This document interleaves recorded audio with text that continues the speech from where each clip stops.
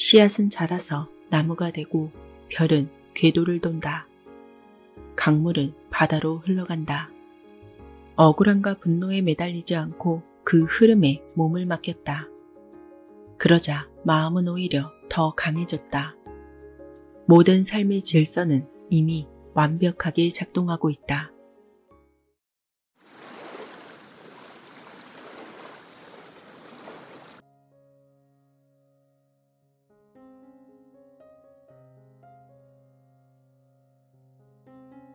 삶은 내가 원하는 대로 펼쳐지지 않는다.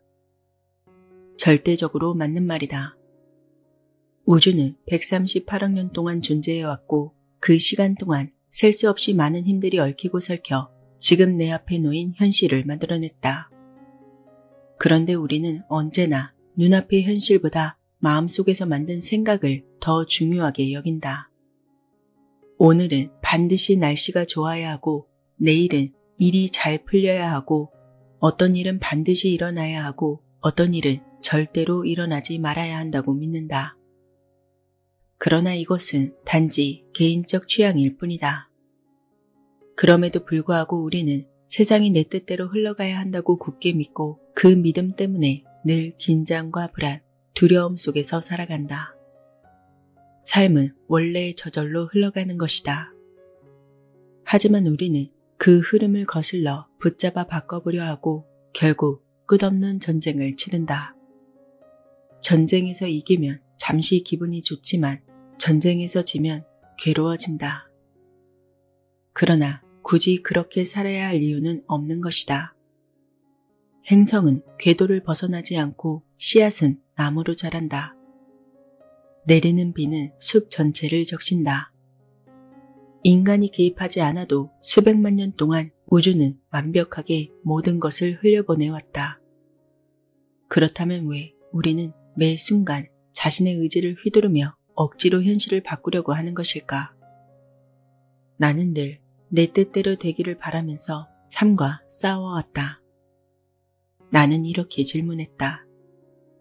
내 마음속의 대안과 현실이 충돌할 때마다 싸우는 것이 나을까?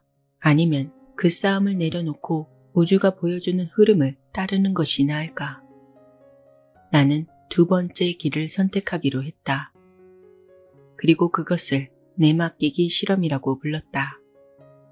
속세를 버리고 도망가는 것이 아니라 속세 한가운데서 더 이상 욕망에 휘둘리지 않고 삶이 열어주는 길을 그대로 따라가 보자는 실험이었다.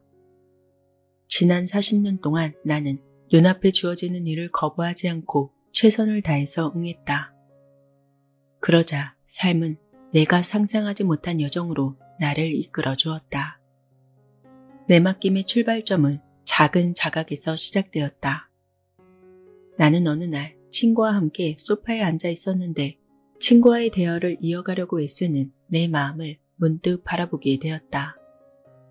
그 순간 나는 깨달았다. 내 안에는 끊임없이 떠도는 목소리가 있다는 것을 말이다. 이전까지 나는 그 목소리가 곧 나라고 여겼다.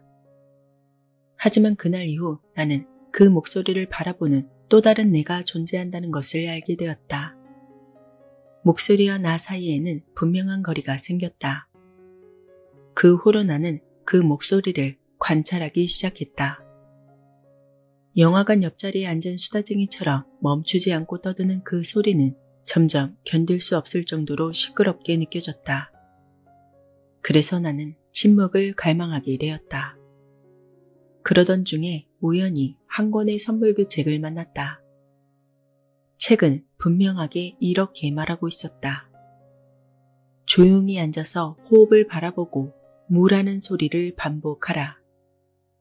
그러면 마음의 소리가 잦아들 것이라고 말했다. 나는 그것을 즉시 실천했다. 숲속나무 아래에 앉아서 호흡에 집중했고 무라는 소리를 마음속으로 읊조렸다. 처음에는 단순한 소리처럼 보였지만 시간이 지나자 놀라운 변화가 찾아왔다.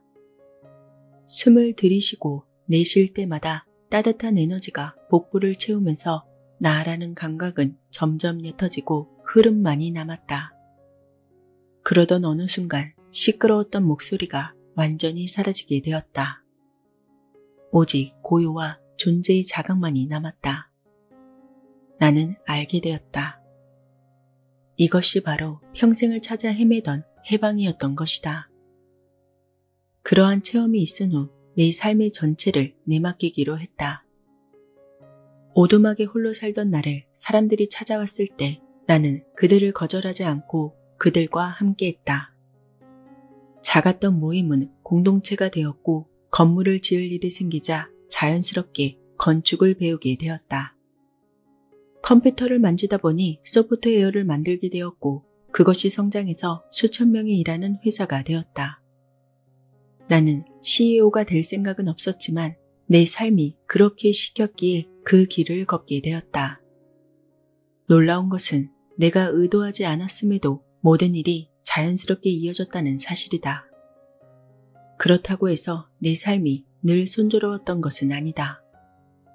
때때로 큰 시련이 찾아왔었고 억울한 상황에 놓이기도 했다. 법정에 서야 했던 적도 있었고 삶 전체가 흔들리기도 했다. 그러나 그 순간에도 나는 내 맡김을 멈추지 않았다. 그런 일 또한 삶이 보내는 초대라면 받아들여야 한다고 생각했기 때문이다. 억울함과 분노에 매달리지 않고 그 흐름에 몸을 맡겼다. 그러자 마음은 오히려 더 강해졌다. 내가 겪었던 시련은 나를 무너뜨리는 것이 아니라 나를 더 깊이, 더 강하게 단련시켜 주었다. 나는 알았다. 내 맡김은 좋은 일에만 필요한 것이 아니라 시련이야말로 내 맡김을 진지하게 가르치는 스승이라는 것을 말이다. 내 맡김은 아무것도 하지 않는 것이 아니다. 오는 일을 거부하지 않고 최선을 다해서 응하는 것이다. 나의 뜻을 앞세우지 않고 현실이 보내는 일을 받아들일 때 오히려 더 강력한 힘이 발휘된다. 그것은 내 개인의 힘이 아니라 삶 전체의 힘이기 때문이다. 나는 머릿속 목소리를 지켜보며 살았다. 목소리가 올라오면 억누르지 않고 흘려보냈다. 감정의 물결이 치면 가슴을 열어서 통과시켰다. 그렇게 매 순간 오는 것은 오게 하고 가는 것은 가게 놔두었다. 그럴 때마다 삶은 점점 더 큰 고요 속으로 흘러들어갔다. 습속에서 하는 명상과 이사회 회의가 나를 똑같이 자유롭게 만들었다. 장소가 중요한 것이 아니라는 말이다. 고요는 밖에 있는 것이 아니라 내 안에 있었다. 장소가 어디든지 나는 내 안의 고요를 느낄 수 있었다. 사람들은 내게 종종 물었다. 어떻게 그렇게 모든 것을 맡길 수 있습니까? 나는 대답했다. 내맡긴다는 것은 아무것도 하지 않는 것이 아닙니다. 오히려 나에게 주어진 삶에 더 적극적으로 응하는 것이죠. 내가 원하는 바에 매달려 현실과 싸우는 대신 현실이 보내는 일을 그대로 받아들여서 그것에 최선을 다하는 것, 그것이 내맡김이다. 삶은 이미 완벽하다. 씨앗은 자라서 나무가 되고 별은 궤도를 돈다. 강물은 바다로 흘러간다. 내가 해야 할 일은 그 흐름을 거스르는 것이 아니라 받아들이는 것이다. 그것을 통제하는 것이 아니라 그러한 흐름 속에서 눈앞에 주어진 한 걸음을 최선을 다해서 걷는 것이다. 오는 것은 오게 하고 가는 것은 가게 하라. 그러면 삶은 스스로 길을 열고 내가 상상하지 못했던 자리로 나를 데려갈 것이다. 그것이 내맡김의 실험이 가르쳐준 진실이다. 나의 뜻을 내려놓고 삶의 지혜를 믿을 때 더 큰 평화가 찾아온다. 기쁨도 시련도 모두 삶이 보내는 초대이다. 그 초대에 응했을 때 삶의 길은 스스로 열린다.